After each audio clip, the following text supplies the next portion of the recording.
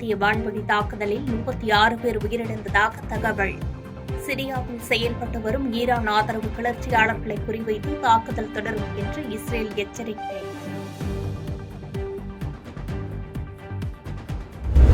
அமெரிக்காவை தொடர்ந்து Greece, Italy நாடுகளும் உக்ரைனில் உள்ள தங்களது தூதரங்களை தற்காலிகமாக மூடியுள்ளது.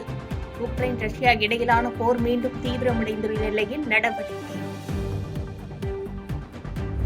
வடமேற்கு பாகிஸ்தானில் தற்கொலைப்படை தாக்குதலில் கடந்த 24 மணி நேரத்தில் 20 பேர் உயிரிழப்பு என தகவல். எல்லைப் பகுதிகளில் கண்காணிப்பை தீவிரப்படுத்த வேண்டும் என்று ராணுவத்திற்கு அந்நாட்டு பிரதமர் ஷபாஸ் ஷெரீப் உத்தரவு.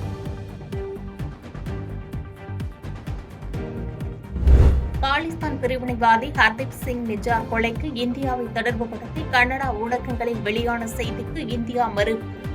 விஷமத்தனமான பிரச்சாரங்களை புறந்தள்ளுவதாக இந்திய வெளியுறவுத்துறை அறிவிப்பு.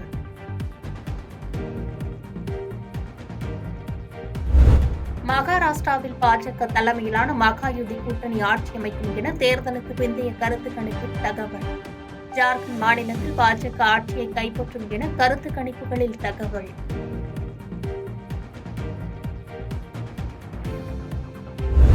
கரீபியன் கடல் பகுதியின் கேரிகாம் நாடுகளில் தலா 11 பெண்களுக்கு இந்தியாவில் கிரிக்கெட் பயிற்சி அளிக்க தயார் என பிரதமர் மோடி அறிவிப்பு. கிரிக்கெட் விளையாட்டின் மூலம் நாடுகளின் நட்புறவை மேம்படுத்தலாம் என்றும் கருத்து.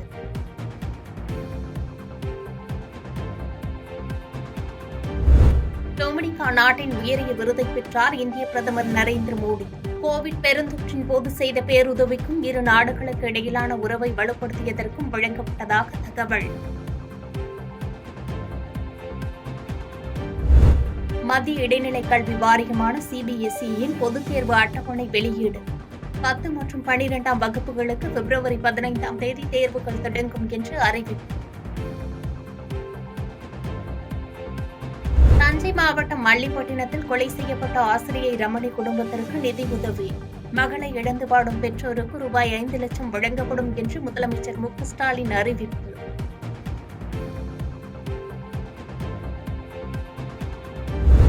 தஞ்சை அருகே ஆசிரியை கொலை செய்யப்பட்ட பள்ளிக்கு 1 வாரம் விடுமுறை அறிவிப்பு.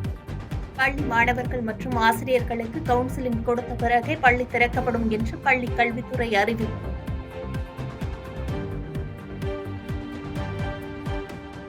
கடந்த திமுக ஆட்சியில் சீரழிந்த தமிழகத்தை முழுவதுமாக மாற்றி மீண்டும் அதிமுக ஆட்சி அமைக்கும் என்று முன்னாள் அமைச்சர் ஜெயக்குமார் பேட்டி. தினம்தோறும் செய்தித்தாள்களை புரட்டும் போது கொலை கொள்ளைதான் அதிக செய்திகளாக வருகிறது என்றும் குற்றச்சாட்டு. தமிழ்நாட்டுல சட்ட ஒழுங்கு ரொம்ப ரொம்ப மோசம். அதாவது தினந்தோறும் பத்திரிகை திரும்பினா கொள்ளை தான். பார்த்தீங்கன்னா இப்போ ஒரு மல்லிப்பட்டினத்தில் ஒரு ஆசிரியரை ஒரு வகுப்பறையில் கொலை செய்கிறாங்க. ஒரு வழக்கறிஞர் தொழில் ஈடுபட்டு இருக்க வழக்கறிஞர் ஒரு படுகொலை செய்யப்படுறாரு. எனவே ஒரு மிக மிக ஒரு சட்ட ஒழுங்கு சீர்கெட்டு மக்கள் நிம்மதியாக ஒரு அமைதியாக வாழ முடியாத ஒரு சூழ்நிலை. திமுக ஆட்சியை அகற்றுவதே தமிழகத்தில் மக்கள் பாதுகாப்பாக இருக்க ஒரே வழி என்று சீமான் சாடல். ஆசிரியை மற்றும் வழக்கறிஞர் படுகொலைகள் மனதை கொதிக்க செய்கிறது என்றும் சீமான் கருத்து. திமுகவிற்கும் தமிழக வெற்றிக் கழகத்திற்கும் ஒரு புரிந்துணர்வு உள்ளது என்று இந்து மக்கள் கட்சித் தலைவர் அர்ஜுன் சம்பத் விமர்சனம். தமிழக வெற்றிக் கழக விஜய் ஒரு கண்ணில் தமிழ் தேசியம் ஒரு கண்ணில் திராவிடம் என பேசுவது முற்றிலும் தவறானது என்றும் கருத்து.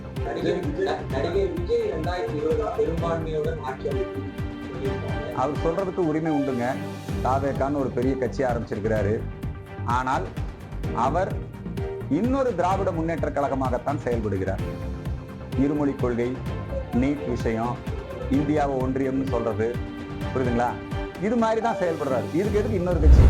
திருவாரூர் மாவட்டம் முழுவதும் 176 பகுதிகளில் வெள்ள பாதிப்புகள், கரைகள் உடைப்பு ஏற்பட வாய்ப்புள்ள பகுதிகள் என கண்டறியப்பட்டுள்ளதாக வடகிழக்கு பருவமழை குறித்த ஆய்வுக் கூட்டத்திற்கு பிறகு அமைச்சர் TRB ராஜா தகவல். மழைநீர் சூழ்ந்துள்ள பகுதிகளில் மழைநீரை வடிய வைக்க மாவட்ட ஆட்சித்தலைவர் வழிகாட்டுதலில் அதிகாரிகள் பணிகளை மேற்கொள்வார்கள் என்றும் உறுதி.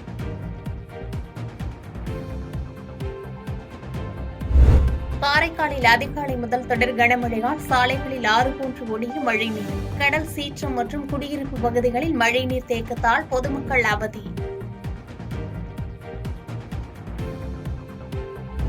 காஞ்சிபுரம் கச்சபேஸ்வரர் கோயிலில் விமர்சையாக நடைபெற்ற கார்த்திகை மாத தெப்போற்சவம்.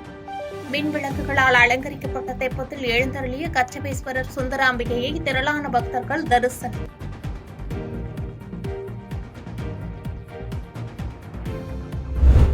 குடியாத்தத்தில் சில்லறை கொடுக்காததால் ஒருமையில் பேசியதாக அரசு பேருந்து நடத்துனர் மீது தனியார் பள்ளி சிறுவன் காவல் நிலையத்தில் புகார். புகாரை பெற்றுக்கொண்ட குடியாத்தம் நகர காவல் ஆய்வாளர் பார்த்தசாரதி பள்ளி சிறுவனுக்கு ஆறுதல் கூறியதோடு நடத்துனர் மீது நடவடிக்கை எடுப்பதாக உறுதி.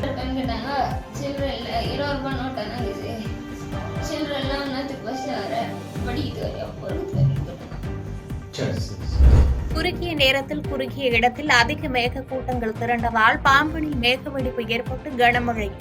ராமேஸ்வரத்தில் நேற்று ஒரே நாளில் 10 மணி நேரத்தில் 40 சென்டிமீட்டர் அளவுக்கு மழை பொழிவு மற்றும் நண்பகல் 1 மணி முதல் 4 மணி வரையிலான 3 மணி நேரத்தில் 35 சென்டிமீட்டர் மழை பதிவு என தகவல்.